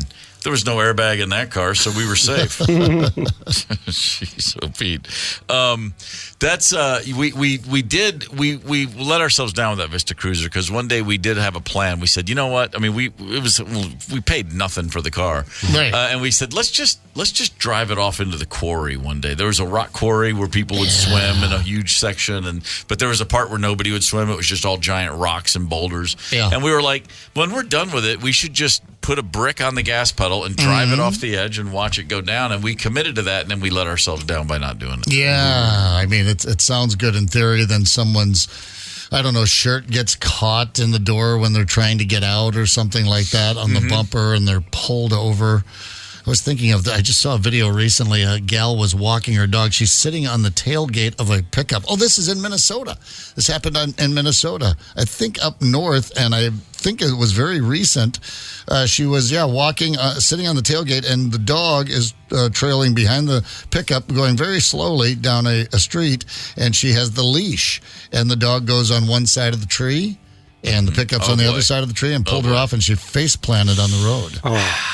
That's not good. That's not a good one. No, that's really bad. It's all about getting comfortable, though, on the road trips. I think cars are a lot better than that. When we grew up, it was 8 kids in the back seat. Of course, with you guys, it probably was. It literally was. With us, it was 3. And so everybody, there you had your pecking order where you'd sit to get comfortable. I'm the oldest, so I took the entire back seat to sprawl out. And then Chris and Ange had to curl up on the floor in those little bays down there. As they do. I spent hours of long road trips on summer vacation to just on the floorboards, backseat floorboard. Oh, yeah. With people's feet on me. Yep. That's how that went. At one point, we had 2 station wagons. Those were the 2 family cars. Yeah. Just 2 you had giant. 2 of them? Yeah. Oh, right. Well, 8 kids. The family trucks. You got to take 10 people wherever you're going. If you're all going together. So 93% of Americans say they enjoy road trips, which speaks volumes for the importance of devices. That wouldn't have been the number in the 70s. It wouldn't have been 93% of people said they enjoyed road trips. There was no air conditioning. No. Your parents still smoked in the car, and you had comic books to keep you occupied. We had a Mad magazine. Yep. You get a Mad magazine. Yep. We had our comic books as well, and both Mom and Dad smoked when we were small kids. Yeah. And there was no air conditioning. Dad wasn't buying a vehicle that had air conditioning, for God's sakes. Not a lot of vehicles did back then, but I learned to drive. We had 2 cars that I had access to. Neither one had AC. I mean, when I would get into a car with air conditioning, it was like, holy smokes, this is nice. Yeah, and it was much smaller for some. I mean, the cars were bigger, but the interiors were smaller for some reason. They hadn't learned to, stretch out that cab space quite as much. But it was. It was a grind going on the long road trips. And then my girls got it. They're in the digital age. They were either on an iPad the entire time, unless I was like, put the iPads down. We're actually going through a national park right now. I'm going to make you look. But mostly they slept. Both my girls could get into a vehicle. Love it. After a full night's sleep, I'd pick them up in the morning. And they would get into the vehicle, immediately go back to sleep, and could sleep for hours. Hours and hours and hours. That's Marley, our daughter. Connell, the boy, not a chance. And she's like that on planes. She's got that's me. She takes after me in that. Yeah. Put her in the car to go anywhere. And to this day, like last year, I drove her up. She goes to college in Virginia. 7 or 8 hour drive. And she's dead asleep for 9 hours. Wake up in the morning. Okay, we got to go. Load the car up. And I'm like, do you want me to drive the first shift? And she's like, Yeah, and she gets in the back seat. I'm like, what? And she's just out before I've even pulled away from the curb. And I'm like, man, that's good. That's good living right there. How old was she before you felt comfortable as a dad letting her drive? Because I think the girls, I don't even know if I'm there yet. Yeah, I'm there now. I think probably they're old enough. But I do remember in their early 20s or late teens, Dad, I'll take a shift. Oh, yeah, sounds good. I could use a little shut-eye. And I wouldn't even come close to sleeping. Couldn't do it. Both kids are actually good drivers. And I would tell you, I'd be the first to say if they weren't. Yeah, no, the girls are too. I just couldn't get comfortable. Yeah, well, I'm not comfortable just in a car unless I'm driving anyway. Unless it's a giant, like, if somebody pulls up in a Suburban, I'm like, okay, I got enough room to really kind of relax. Even in my own car, if I'm in the passenger seat, I can't sleep. I can't, it just doesn't work. So that's not really a problem. But both kids will take, Connell, I've definitely given them both good shifts, but I just prefer to drive anyway. It goes faster if I'm not sitting there thinking about things other than driving for me. Yeah. But they're fine. This is kind of fun. Jimmy Fallon reading the worst road trip tweets. This first one's from @JohnnyCan'tRock. He says, got lost on the way to Disneyland because instead of following the road signs, my dad just followed a bus with the Disneyland ad on it. Here's pose by the bus. Let me get a picture with you. We're at a bus depot. All right. There we go. Let's go home. This one's from @BeccaNoH. She says, we were stuck in traffic for so long, only one side of my face got sunburned. I look like a Batman villain. This one's from Jay Louth. She says, my dad got so fed up with our fighting that he pulled over and laid down in the middle of an empty highway. He finally broke him. He's a broken man, and I don't care anymore. Thank me, Lord. Oh, this is a good one. This one's that Clara C91. She says, we got detained at the Canadian border because my brother answered not really when asked if he had weapons in the car. Not really. This one's from @Belle of Babel. She says, my friend's crappy car had no working blinkers, so I had to hang out the window with a toy lightsaber to indicate our turn.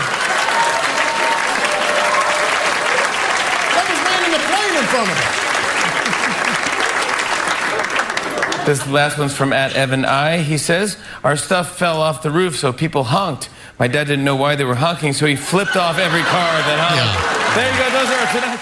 Those are good. That not following signs but following the bus is pretty funny. It reminds me though, and my kids freak out when they hear stories like this. Went to Daytona Beach for spring break with two buddies in the mid '80s. We left Bowling Green, Kentucky. Not a map, nothing other than just the signs. I mean, because we were like, "Do we know how to get there?" And I said, "Well, I know you get to Atlanta and just." Get it. Once you're past Atlanta, you just keep going south. 75 will get us to Florida, and there's got to be a sign to Daytona Beach. And we literally like, okay, and it worked. Yeah. And we got there. It's like just that easy. Yeah. Trust the road signs. I wonder if you walked into a gas station today and said, hey, do you know how to get here? If they'd even know. Because it's not part of a required job skill anymore. You'd stop at a gas station, and I stopped at many on many a road trip, and I'm like, oh yeah, you're the 12th person that asked today. You want to get back out to the interstate, and then okay, just get me back out to the interstate. But yeah, they went north, they went south, and if you were taking a cross country road trip, you just get going in that direction, and you'll get close enough to ask for directions. The number one destination for summer road trips in America is Florida, which makes sense because there's more people east of the Mississippi than west. Yeah. But beach trips are what people are looking for. Yeah. Disney World. And Disney, of course.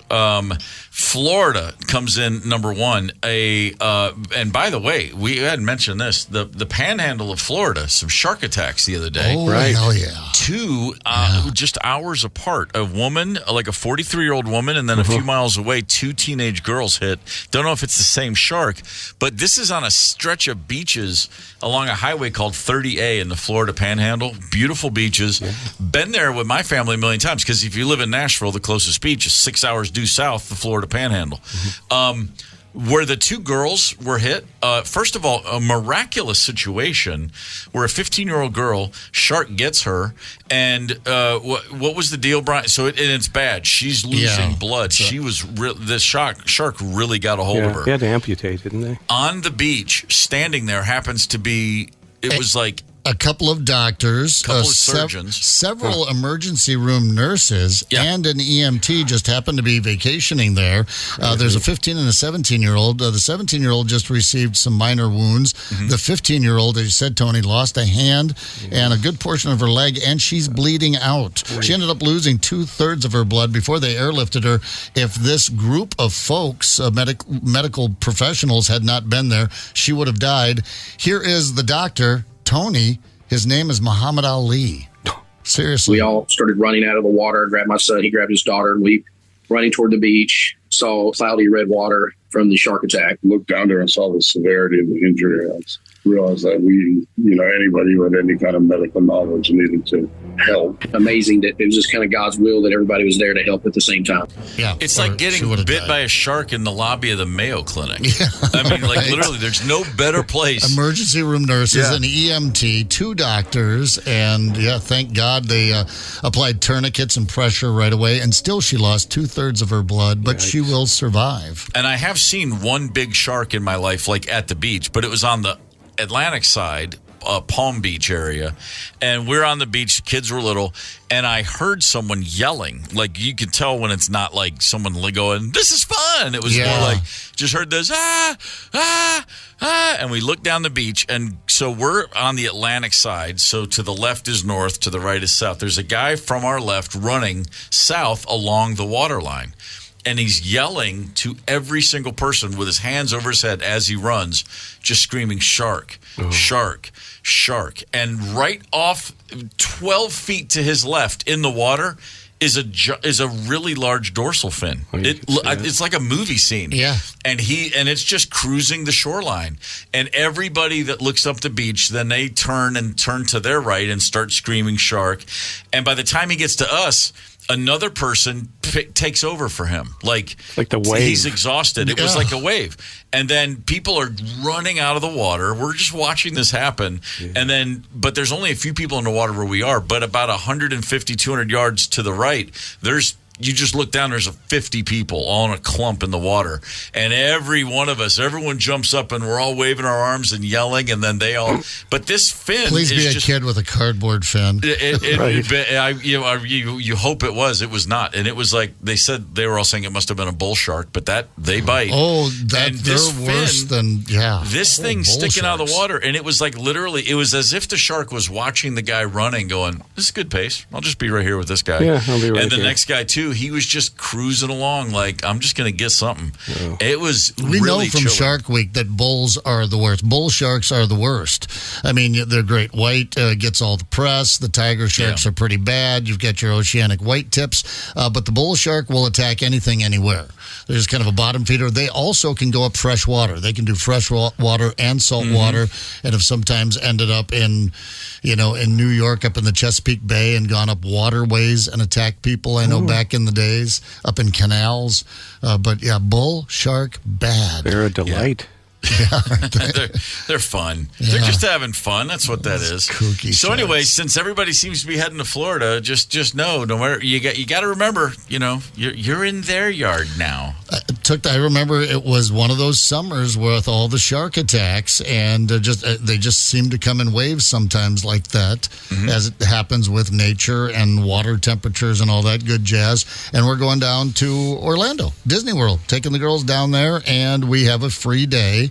There have been a bunch of shark attacks, and the girls are old enough to be watching TV, and they're worried about it. And I said, don't worry about it. The odds of how many people swim, and it just isn't going to happen, and we're not going to go to those kind of beaches. We get to our hotel room in Orlando, but we're going to Cocoa Beach, and in like a few days, we're going to drive over to Cocoa Beach, spend a day there, and turn on the TV, and as if on a Hollywood timing, the story comes on. There has been a shark attack. A young boy at Cocoa Beach today lost an arm.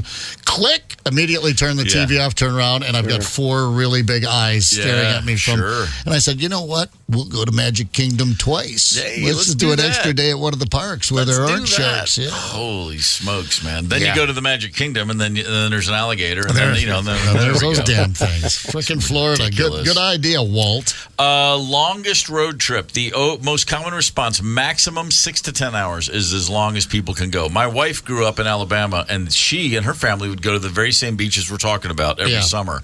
And from Birmingham, it's like a 3.5, 4 hour drive. Very convenient, right? And so she grew up with that being a long drive. Oh, that's not long. That's nothing. 6 is about right. 6, I almost hesitate to say, isn't really a road trip. Not what I think of like a summer vacation trip, because maybe that's because when I grew up, Minneapolis to our farm is just about 6 hours. And I think, that's not bad. Anything over that, definitely a road trip. I grew up going, our summer vacations, we lived in Maryland. Ocean City was where you go to the beach, but we would always go back to Detroit to see family. That's right, vacations in Detroit. Beautiful. Fun. So Baltimore to Detroit, depending on how many kids got car sick, anywhere from 8 to 10 hours if memory serves. But I just grew up, so that was just like before you even noticed, no big deal. First time I did a long road trip with my wife, we were going to drive from Baltimore to Atlanta. Not that long, but maybe, I don't know, about the same 10 hours tops. We're 5, 6 hours in, and out of the blue, she just looks at me and goes, I can't take this. What are we doing? Why did we? This makes no sense. I'm like, wait, what? Yeah. She literally just snapped. And I was like, this is nothing. I hadn't even settled in yet. She's like, Then she threw the car keys out the window. Yep, that's exactly right. We're looking into going to the Black Hills. Yes. I did that as a kid, and I don't remember how long that was. What is it about? Remember? Oh, yeah. I've been out Sturgis many times. You know, you're going to go the interstate route. I want to say about 12 hours, something like that. Is it that many? Oh, yeah. I think, But the question you have to ask yourself is, how many times will you subject your family to the Beatles' Rocky Raccoon while driving out there? Somewhere in the Black Hills of Dakota, there lived a young boy. My kids know if they're going to be in the car for 12 hours, they're going to hear some Beatles records. And as I tell them, it's only because we all know them so well, it goes by fast. Yeah. I'm burning through the time. Speaking of my kids. Way off, by the way. Just real quick, because I know I'm going to get a correction here. 8 hours, 20 minutes to Rapid City from here. Okay. If you go way of the farm out Highway 14 through the middle of South Dakota, that is 12 hours. That's what I grew up with. Okay. All right. Good to know. Thank you for the clarification. It's time for round 3 for the show. Yeah, round 2 for me. The FAT, the Father Aptitude Test. Marley Gorman up in the batter's box. Hang tight. Connect with us on the KQ Talk and Text line. 651-989-ROCK. That's 651-989-ROCK. 92 KQRS. I'm Steve Gorman. This is the KQ Morning Show. It is Wednesday, June the 12th. I have a smile on my face. I can't help myself. Friday is Friday. What am I talking about? Sunday is Father's Day, I should say. And I have been a dad since 2000. I've been a dad that knew what he was doing since 2002, because you're not ready to be a dad till the second kid shows up. And June 10th, 2002, the second kid showed up. Marley Gorman was born, and Marley is now joining us on the KQ Morning Show. Good morning, dear. Hi, good morning. Nice to have you on the show, calling from Harrisonburg, Virginia, a student at James Madison University. Marley, are you, you know what we're doing here. We're playing the Fatherly Aptitude Test. You've got this figured out, right? Yep. All right. A woman, a few words. Yep, ready to roll. So I'm going to get off the phone now for a minute. Get out of here, Dad. Zepp and Tony will ask you a series of questions, and then I'll come back and we'll see how I do. All right, you ready for this? Yep, let's go. All right, babe. I'll be back in a minute. All right, Marley. Good morning and belated happy birthday, by the way. Oh, thank you. You're welcome. Time to dish some dirt about Dad. I'm Tony. Zepp will also be asking you some questions. No, I don't know why I did. All right. You're just being silly. All right, Marley. Did you have a chance to listen to your brother Connell yesterday? I listened to his answers, but I didn't listen to my dad saying the answers after. Okay, good. Well, this is a fatherly aptitude test, much like a standardized aptitude test. A lot of these questions are going to be the same. I think we might throw a curveball at you, but we'll just start right off the top. I'm going to lob this one in here for you, Marley. Your dad's favorite band. Oh, the Beatles. Right. Easy. Yeah. I mean, every day we hear about the Beatles. We heard, I know. Come together again this morning. Yeah, right. You know. All right, now I'll turn it over. Now I'm Zepp, and I'll turn it over to Tony. Hi, Marley. How you doing? I'm good. How are you doing? Good. Okay, what was your pop's first concert?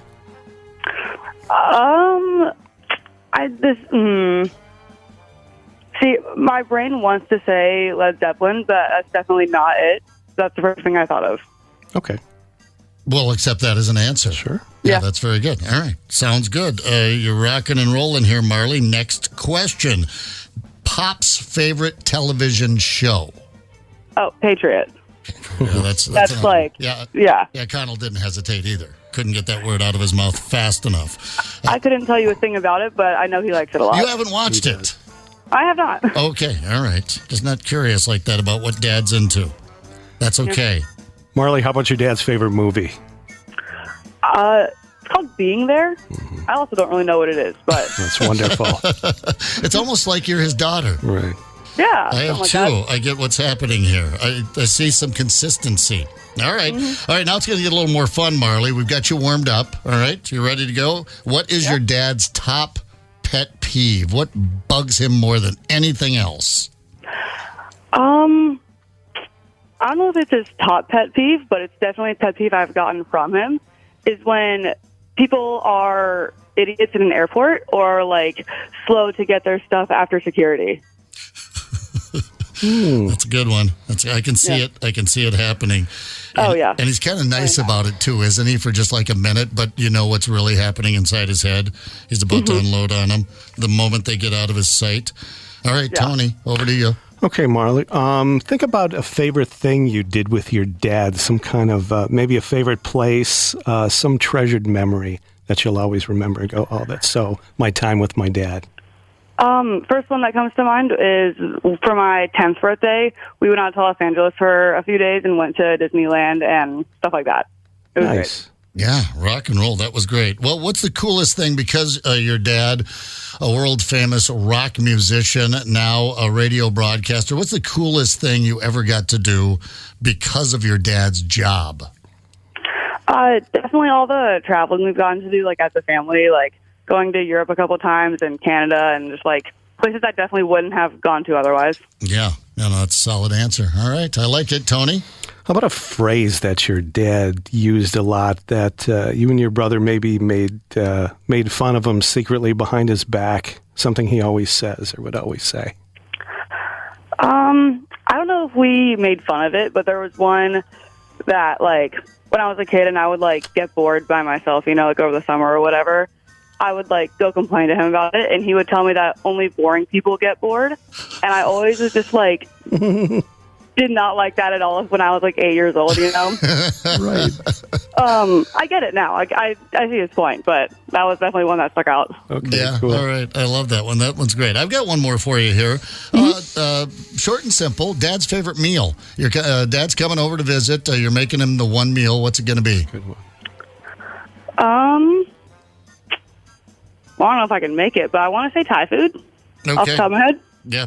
All right. Right, that's a good one. That's solid. And yeah, you're right. Better just to take him someplace. Let the professionals handle that. All right. Yep. Okay. Marley, my last one for you is a quality or a quirk unique to your dad that maybe you've inherited from him that actually is pretty cool.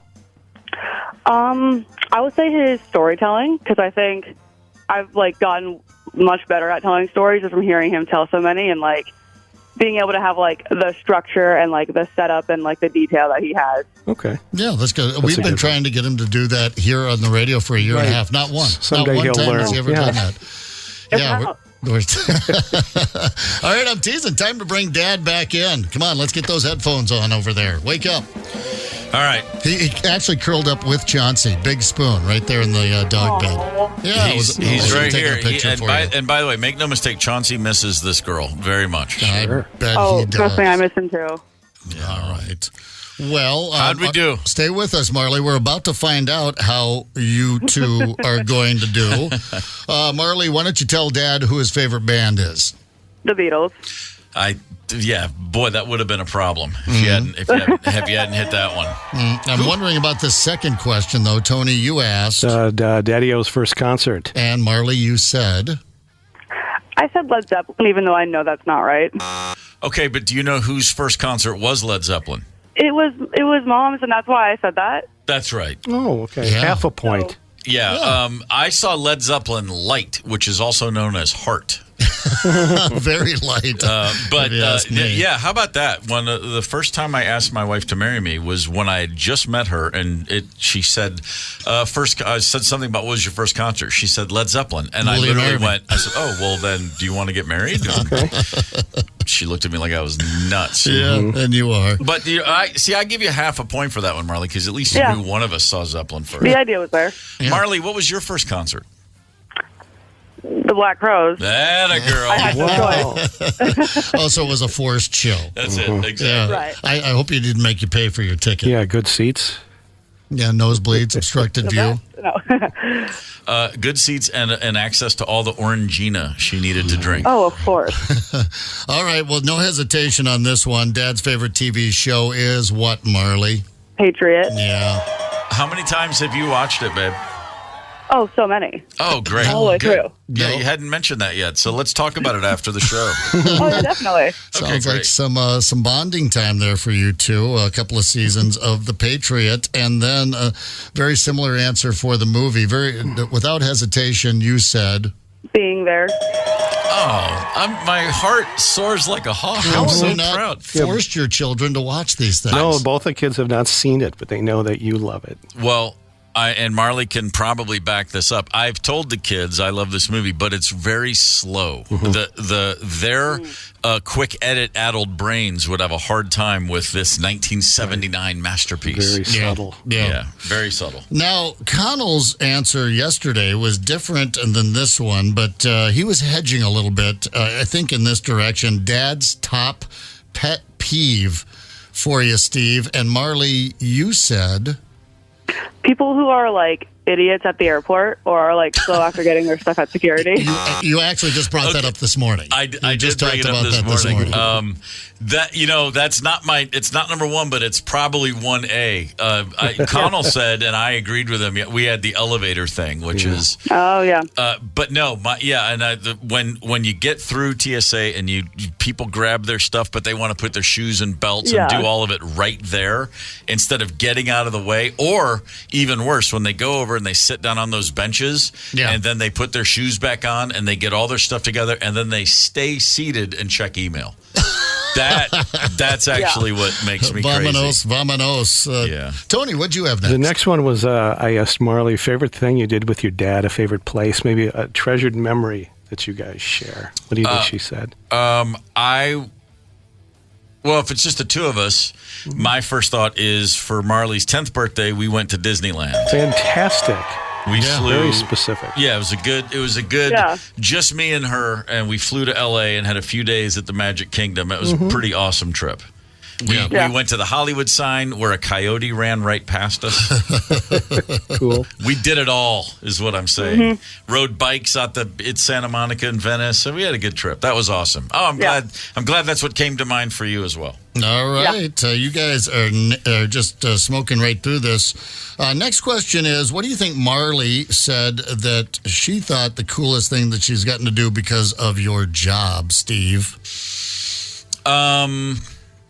Well, Marley did get as a much younger child, you did get into a Taylor Swift meet and greet one time. Oh, yeah. I bet she would like to change her answer, but what did you say? It's a pretty cool answer. I thought all the traveling we've done, like as a family and stuff.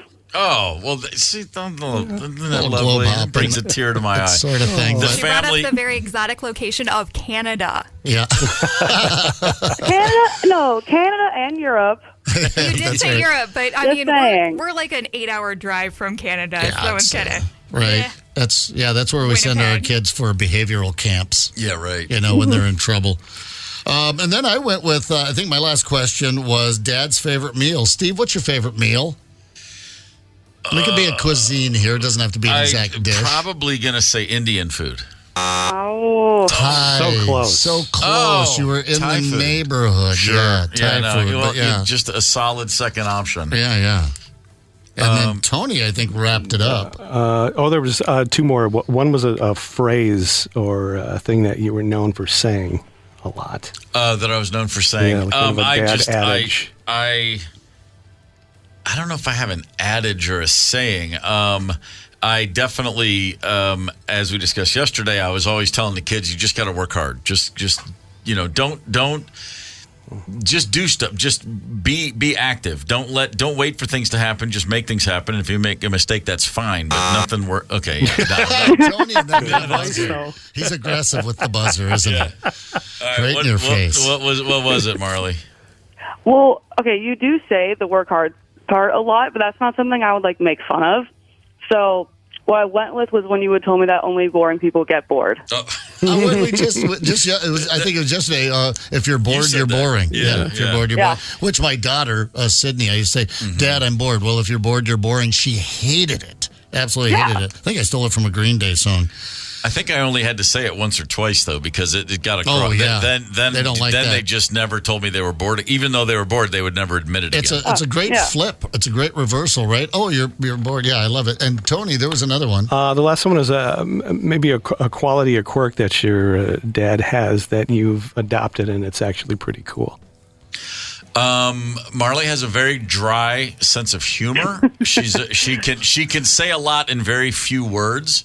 Get right to the point. I think we share a lot of reactive humor. I'll say that. Same sense of humor. And Marley, I'm gonna kind of give that yes in the neighborhood. Yeah. What did you say, Marley? She had a more concise answer.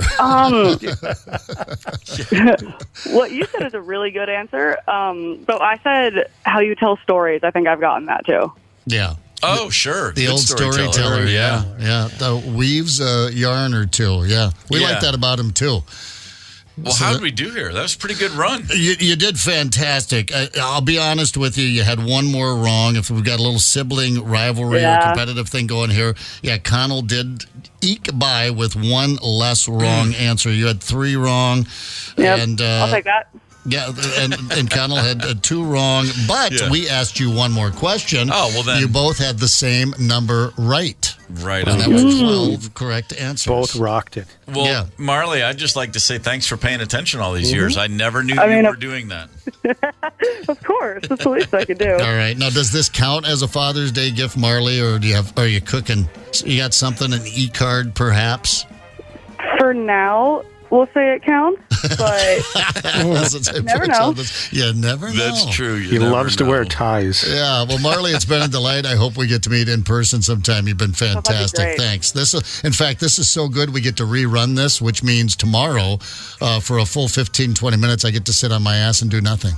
I love it. You've given me a gift. Thanks for playing, babe. Thanks, Marley. Of course. Love you, Marley. Love you. Bye. Oh, what a sweetie. Yeah. She's the best. Was that really your daughter? No, I have no idea who that was. It was a random number, and I was just texting the answers. She is in the School of Media Arts Design. She does a lot of digital cinematography, editing, filmmaking. No future in that. Nope. Yeah, look out. There's the future right there. That's a good kid, that Marley Gorman. Hey, you know what? We want to send you to see Motley Crue at the Louder Than Life Festival this fall. One winner is going to score a trip for 2 to Louisville. Say it with me. Louisville, Kentucky for Louder Than Life 2024. 4 days of rock with Motley Crue and many more bands. Text the national keyword LOUDER to 95819 right now to enter for a chance to win. That is what I would do if I were you. And I would also wait around because momentarily we're going to have a history lesson. Hang tight. It's the KQ Morning Show. 92 KQRS. Zep, Tony, and Steve Gorman are the KQ Morning Show. 92 KQRS. I'm Steve Gorman. This is the KQ Morning Show. It is Wednesday, June the 12th. I'm still just in a great mood. My daughter was just on the show, Marley Gorman. That was awesome. That was nice. Yeah. Little father aptitude test tomorrow. Ryder's dad is going to be on the show. Ryder and her dad will have a little FAT. And then on Friday, it is the Lee Boys, which sounds like a criminal gang from Peaky Blinders. Watch out for those Lee Boys. Yeah, you better be going the other way. That's going to be fantastic. This has been great to have everybody going on. Yeah. So, all that to say, let's talk about old naked people. An elderly Florida man was picked up. Say enough. So yeah, we're in Florida, so right away it's a little crazy. He understands the fact that there are nude beaches in his area, and he's apparently taken advantage of that. He likes to go around naked. Yeah. He thought that meant he could pretty much go anywhere, even into an RV park. I would think that's not that unusual in an RV park, especially in Florida. You know, you just get a lot of oddballs in there, a lot of free living. I guess swingers love RV parks, so, but no. You can't. 73-year-old Rolf. How do you say that? Rolf? I think Rolf. It just makes me think of the Sound of Music, that little punk Nazi who blew the whistle on the Von Traps. Rolf Braun was walking completely nude through an RV park. Witnesses called the police. They knocked on the door to his camper, and they said that he was wearing a T-shirt and shorts. However, he was wearing a T-shirt as shorts. With his front office exposed through the neck part of the shirt. Yeah, that doesn't... Officers say he was uncooperative, and he argued there are nude beaches in Florida, therefore I can be nude in my own neighborhood. Yeah. No, you can't. No, that's not how that works. Not even in an RV park. Now, ladies, I think you're trying to grab a visual. You're right. This guy would not only be in the firefighter's calendar, he'd probably be on the cover. I mean, we're just talking about a real stud here. Rolf Braun. Surprised his beard wasn't covering his genitals. That's a long-ass beard. I tell you what, he wouldn't have to be touching his toes for that to be the case. That thing is down there. Yeah. He was charged with exposure of sexual organs and resisting arrest. And that's the thing. How many times do cops have to arrest a naked person? Why? I know, listen... in the line of duty, there have got to be a lot of tough scenarios, but taking down naked weirdos. It's a perk. You think? There goes Tony. You're right. Maybe this glass is half full. Sure, it's how you look at it. You gotta imagine there's some amazing stories. Back there in the old the changing room at the end of a shift, the cops are also what'd you get into today? Another naked dude in RV parks. Yeah, God, wasn't clean either. The showers just can't get hot enough. I've never played in a fantasy football league, but I do know enough to know that if I do, I don't want to lose because basically, I think people at this stage of the game play fantasy football just to enact harsh punishments to the loser every season. In North Carolina, at a very nice upscale restaurant, a gentleman showed up for dinner for two. And he was accompanied by a blow-up doll. Hey, no. A full-sized, female-looking blow-up doll that he took to dinner at a very nice restaurant. The only reason anybody knows this is because one of the servers at the restaurant took a video of him with her and posted it on TikTok. And then she, for violating company policy of shooting videos of customers, was fired from her job, which got a lot of attention. And suddenly everyone's like, wait, why? What's the big deal? Now there's a dude sitting at a restaurant with a blow-up doll. He had to come clean. I lost my fantasy football league, and the punishment was take a blow-up doll to an upscale restaurant for a full meal. Did she have to get all gussied up, dressed up? She just looked, she's just going with the same look all the time, apparently. Much like that one you have floating around here somewhere, right, Mr. Lee. More casual wear, kind of preppy. That I'm very hungry look on her face, mouth wide open, and probably had to buy her a meal, as you probably speculated, Steve. Couldn't tell anyone. And I would just say to the restaurant that I get it. You don't want your servers TikToking customers. You're a classy joint. Sure. You just don't do that. Sure. But much like the girlfriend that didn't want the guy recording a man walking naked through the airport, completely buck naked casualty, she's like, quit recording him. He's like, what are you talking about, baby? He's naked. He's a naked guy. I'm going to do this. I think the restaurant, how often does this happen? I think you've got to cut her some slack. When I see photos of these dolls, they all have the same expression, and it makes me think of the old SNL Mr. Bill. Oh, no! Just that, no! But I love the idea of the loser has to do something, and then I certainly hope one of the terms of his sentence was you cannot tell anyone why you're doing this. Oh, of course. Nope. So he's just so if you're at that restaurant, you're looking over, you're just thinking, I guarantee you, anybody that's not from the fantasy football world is going, that guy's such a freak, and then every third person's going, no, I'm sure he just lost his league. That's all that is. I wonder. Funny. And there's always an old couple when you go to a nice restaurant that aren't saying a word to each other. Not a word. They are just sitting there, focused on their meal, eating. It's their 5 millionth meal in a row together. They've gone out to a nice place. Praying someone will walk in with a blow-up doll. Exactly. Just give us something. Something to comment on. Here's a 25-year-old guy in Texas. This happened a couple of years ago. Steven Shrout lost his fantasy football league. My first year in fantasy football, I would have to lather myself up in peanut butter, wearing nothing but a gold Speedo, and go to a dog park. My strategy was to do it as fast as possible and hope that not as many people would see me, It took me about 45 seconds to apply it to my whole body. There was a couple walking down the sidewalk, and they both said, ew, and they walked by so fast after that. They were so in shock. Speedo slathered in peanut butter at the dog park. Doggies. Yeah. That is incredible. That's hilarious. Thing, though, he went back the next day. No. Well, yeah. Makes me. I just picture Ernest Borgnine telling that story because if you remember the movie Willard about Ben the rats. Oh, okay. He was devoured by rats, and they smeared him in peanut butter to get the actual rats on set to jump on him. He went out a window. Yeah, that's exactly what he did. Of all the animals to attack you because you're loaded up in peanut butter, rats would be pretty low on the list for me. Yeah. Because with a dog, they are just going to lick you, and then it's it a could dog. be fun. The rat's going to just start gnawing. Nope, they can't stop themselves. That's bad. You know how those rodents are. They just got to chew. They're constantly teething. No, those rodents. Bastards. So rude. Rodents are so rude. Speaking of rude, well, I won't even get into where my brain, like my personal Google search history, the roads in my brain that lead to a thought. It's just bizarre, the connections that get made. But something a minute ago reminded me of.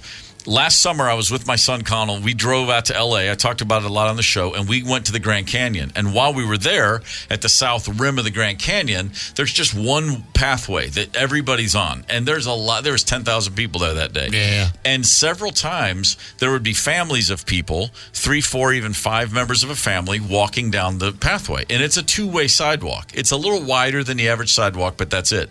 And several times, people are walking shoulder to shoulder to shoulder to shoulder to shoulder, taking up the entire sidewalk as if it's theirs, not realizing it's a two-way sidewalk. And so my son and I are walking, and I would just stop, and somebody would look up at me like, move.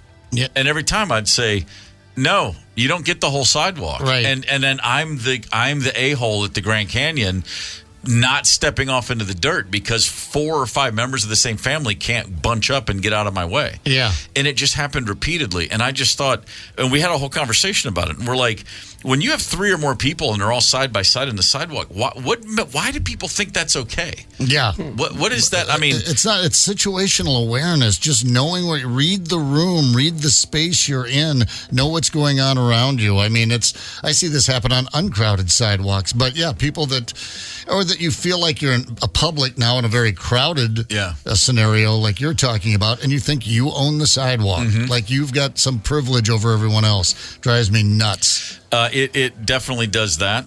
Rosemary and I were at Costco last week and had this happen. Here's another one. Now that I'm on a roll. Yeah, go for it. What about when you're in the parking lot and you are allowing a pedestrian to get where they're trying to go, and they just walk in these diagonal, no fixed destination. They're just sort of wandering. Yes. Oh man, I do like to pull right up. I mean, I'm not going to hit them, and I'm not going to get weirdly close, but I do like to get uncomfortably close. And then you always get that over my shoulder, like, oh, and then they give you the dirty look. I'm like, walking right down the middle of the frickin' where the traffic goes. Grab a side, but again, not knowing what they're doing. Half the time they're on the phone.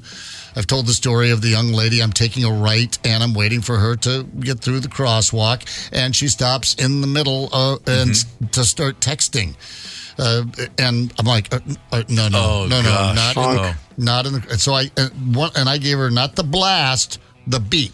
Yeah, just touched it, and she jumped, and her phone flies, and it hits the ground, and she picks it up and looks at me like I've assaulted her, and runs out of the intersection. Happened right over here, just off 4th Avenue, and I thought, you stopped. Drives me crazy. Coming to work for me every morning, right through Dinkytown on the campus. 4:45, 5 a.m., whatever time it is, it's no problem. But leaving 10:30, 11 during normal school, like during the fall and spring, you got a million college kids. Yeah. And I'm constantly amazed at how many of them don't even, they're looking at their phone while walking down the sidewalk. They come to the intersection. They don't look up in either direction. They just keep walking. Yeah. I see it happen every single day. And I'm like, how did you make it to college without getting hit by a car? How did this happen? I often think of myself, if I just kind of, not at a high speed, but mowed one down, at a low speed, perhaps just causing a minor injury. Sure. That would be the day that one of them was actually caught my license plate. But I thought, no one's going to catch me. Everyone's looking at their phones. By the time it's over, I'll be long out of here. But I don't want to teach someone that lesson, but just let's know where you're at, getting off to the side, stepping off, understanding we live in a crowded world. Yeah, as my daughter mentioned when you asked her what my pet peeve was, and she was like, okay, well, at the airport, TSA line,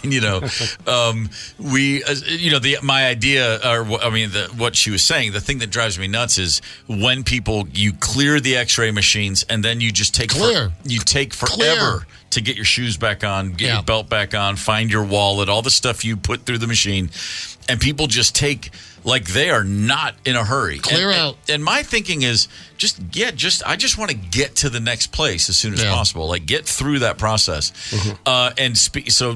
What did I enjoy about the military? Someone always there yelling at the hoople heads. Yeah. Clear out! Yep. Move! Make a hole! It's a beautiful Something like thing. that. Top of the escalator.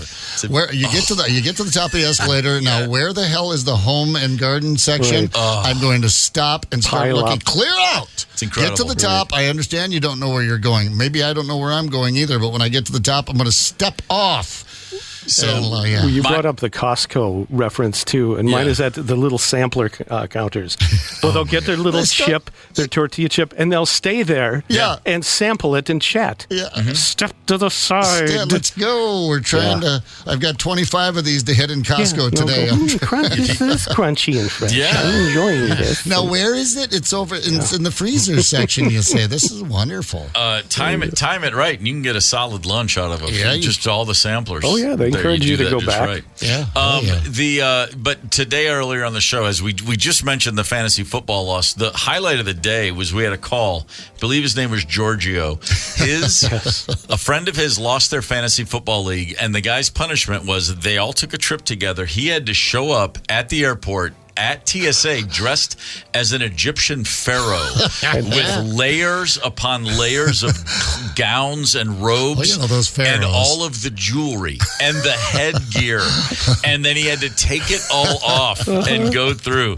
Now, that's hysterically funny to imagine the guy having to go through it. But what about the dozens, if not hundreds of people behind him in line? I have no idea. That is my favorite thing I have heard in so long. That is just theater of the mind. I've been thinking about it ever since. It's so great. And I think it's so funny that I think I'm destined to have to suffer behind it. Like, I guarantee you, next time I'm at MSP, I'm going to be like, oh my God, it's a pharaoh guy. It's going to happen. They're going to do me. Some breaking news. I would be remiss if I didn't mention Jerry West passed away today L.A. at the age of 86. The logo, the NBA logo himself, one of the greatest players ever, probably inarguably the greatest GM ever, Jerry West. For my personal experience, 2017, my son Connell and I at a NCAA basketball game in L.A. and seated right down the row, Jerry West. Yeah. And as he was getting up to leave, Connell jumped up and said, "Mr. West, could I have a photo?"